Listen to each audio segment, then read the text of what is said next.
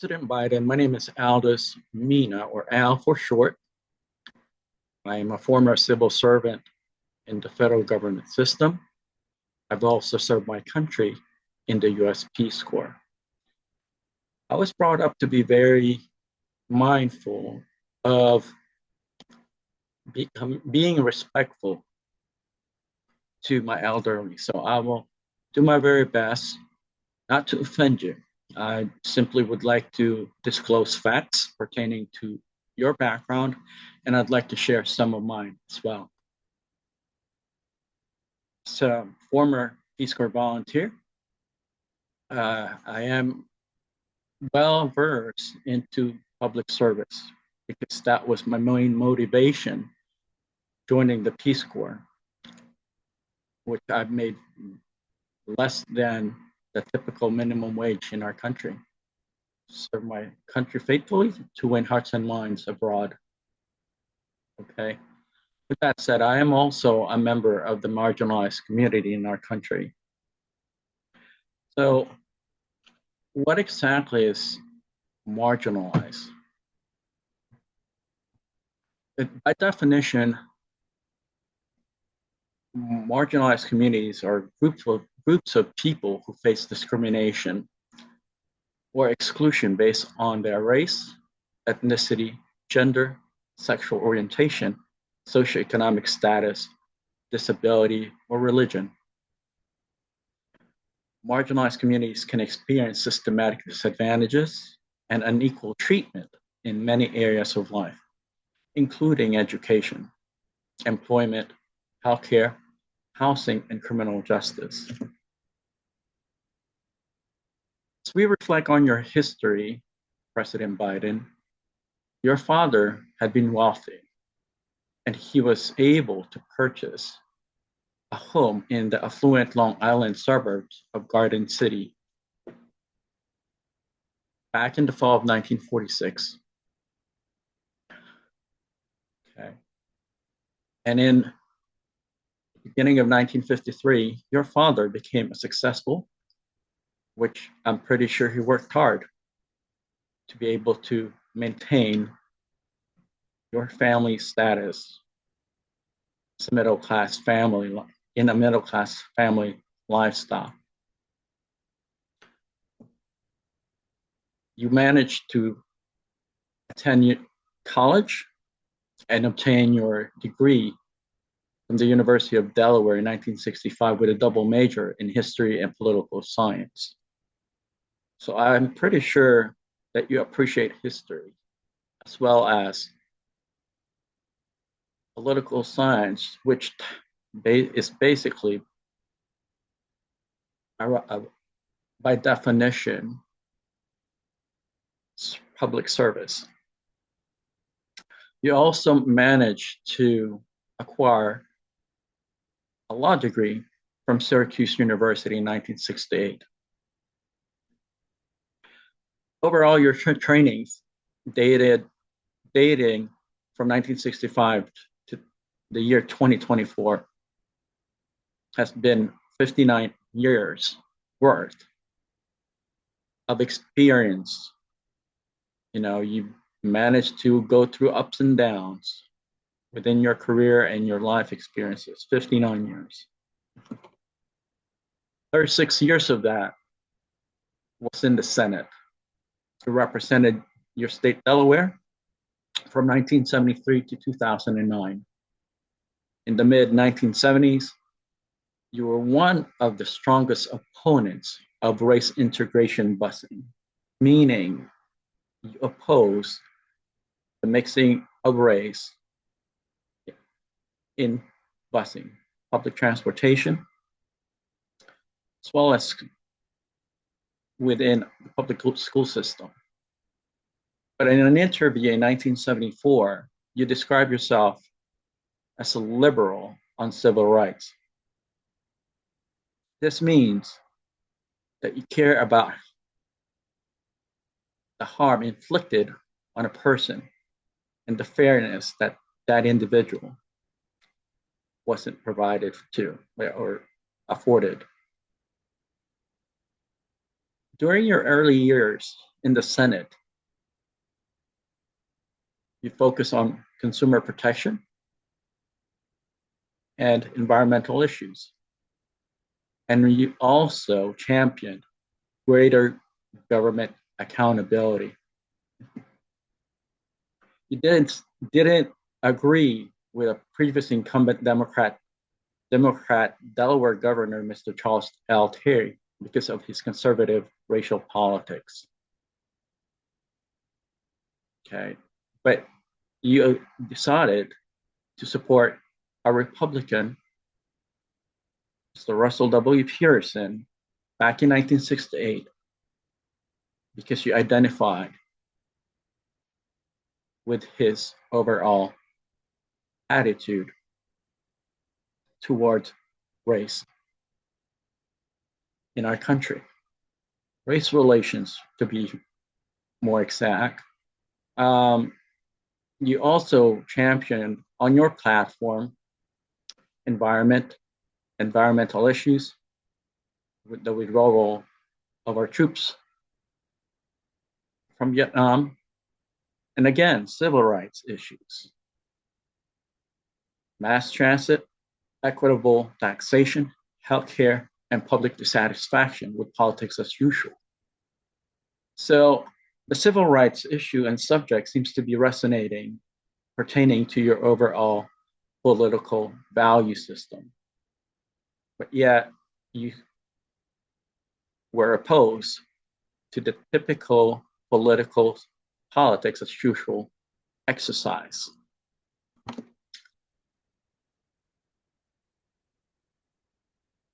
From 1988 to 2008, you had run for office of the president.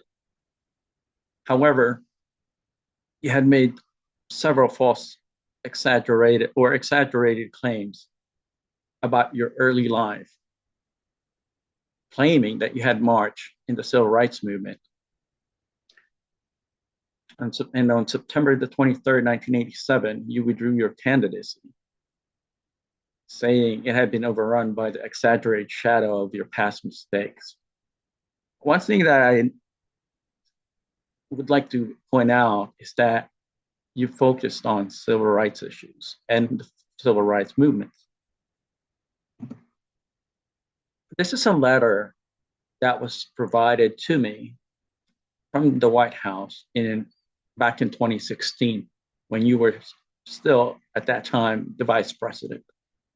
It stated that you have received our correspondence pertaining to my case, civil rights case, human rights case, institutional racism case, and workplace discrimination case back in 2016.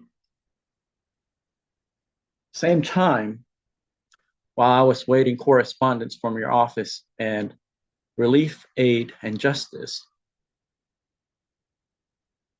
you and at that time, President Barack Obama have hosted a beer summit at the White House due to the issue of an African-American professor that was harassed by an Anglo-American or white police officer. You brought the two parties together and had a beer summit at the White House and talked things out.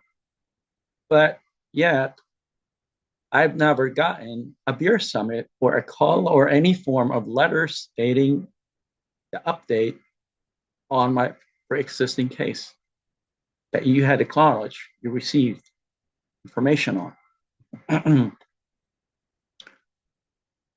In April 2023, okay, you announced that you were going to run for re-election after the Democratic primaries, and you became the party presumptive nominee in the 2024 presidential election. However, on July 21st, 2024, you decided to withdraw your candidacy. Again, this is a letter that I received from your office as president, dated February 10th, 2022.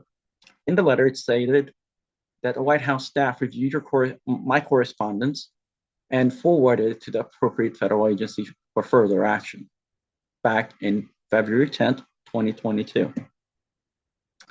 This is a screenshot of my request for relief, aid, and justice pertaining to my case, as I requested relief for full loan forgiveness from the White House, and I have received the confirmation that you will provide relief, aid, and justice on the case. I have yet to obtain those relief, aid, and justice. And this was a screenshot that was made on October the 14th, 2022. And yet, okay, you were president from the beginning of the year 2021 up to the time where you announced, okay, a couple of years later, you announced on your social media platform that you are canceling 277,000 student debt, okay, in addition to those previous cancellation of student loans, okay. And the count was 4.3 million student loan holders was serviced, okay, during your administration. On top of that, according to the Wall Street Journal, you had canceled 138 billion worth of student loans despite Supreme Court ruling. Okay, so all that basically manifested during your administration. With this said, till to this day, I've yet to get my relief, aid, and justice from your administration. You've only got less than a month to go to be in office. So I'm kind of confused and baffled as to why you managed to forgive 277,000 people in addition to the previous ones and canceled out 138 billion worth of student loans, but I'm still waiting on that aid, relief, and justice that I've requested from your office. And recently, back in August 2024, you were in Delaware at a beach having a marathon vacation after vowing to finishing out strong. I still have yet to get my aid. I've still yet to get my relief, and I've still yet to get my justice from your office. And in December of this month, you've decided to pardon your son.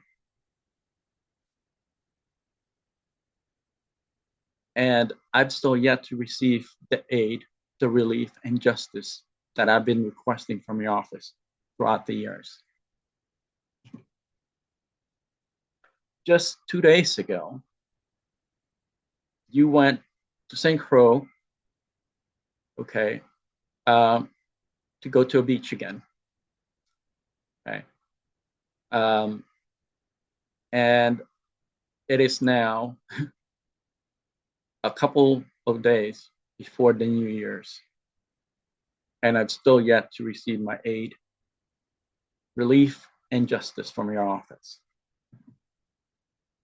So what I've decided to do, as I've always been doing, was to share my case once again, to revisit it with your office and refresh your memory pertaining to what you had promised based off of the letter and correspondence that you provided to me. And so this was my post on your social media page stating, while you're at the beach, perhaps you can go ahead and honor your word on providing aid, relief, and justice in this case that you said you would. I've still yet to hear back from your office or from anyone within your administration pertaining to my requests for aid, relief, and justice. I believe the US government and the Biden-Harris administration have ignored my civil rights that's been violated, my human rights that's been basically brushed off, the institutional racism at HUD that I've endured for a period of a whole year from start to finish.